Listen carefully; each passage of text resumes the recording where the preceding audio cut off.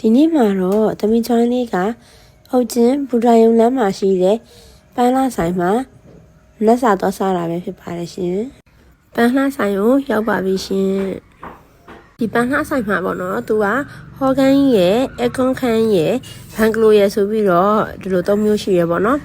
သမီးလေးလည်းအေးစင်းနေလို့ရအောင်ဘန်ဂလိုလေးမှာစားပြပါတယ်ရှင်မမီကကော်ရီခေါက်ဆွဲစားတာပေါ့နော်ဖေဖေကတော့ကြက်ပေါင်းခေါက်ဆွဲစားတာပါဖဖတော့ပေါက်စီလေးစားပါတယ်ရှင်ဖေဖေမေမေတို့ကတူနဲ့စားနေတာကိုတွေ့တော့သူကလည်းတူနဲ့စားခြင်းနဲ့ပေါ့နော်အားနဲ့ပဲဖောက်ပေးပါဆိုလို့တူဖောက်ပေးလိုက်တာပါရှင်မသိရင်တော့သူ့ကိုယ်တူကင်ပြီးတော့ပေါ့နော်တေချာလေးစားတတ်တဲ့ပုံနဲ့ပေါ့နော်စားနေပါတယ်တူလေးကိုကင်ပြီးစားနေတာကအရန်ချစ်ဖို့ကောင်းပြီးတော့အသေးရစရာလေးပေါ့နော်သမီးချွန်းလေးကကော်ရီခေါက်ဆွဲနဲ့ကြက်ပေါင်းခေါက်ဆွဲဆိုရင်သူကကြက်ပေါင်းခေါက်ဆွဲကိုပို့ပြီးကြိုက်ပါတယ်ရှင်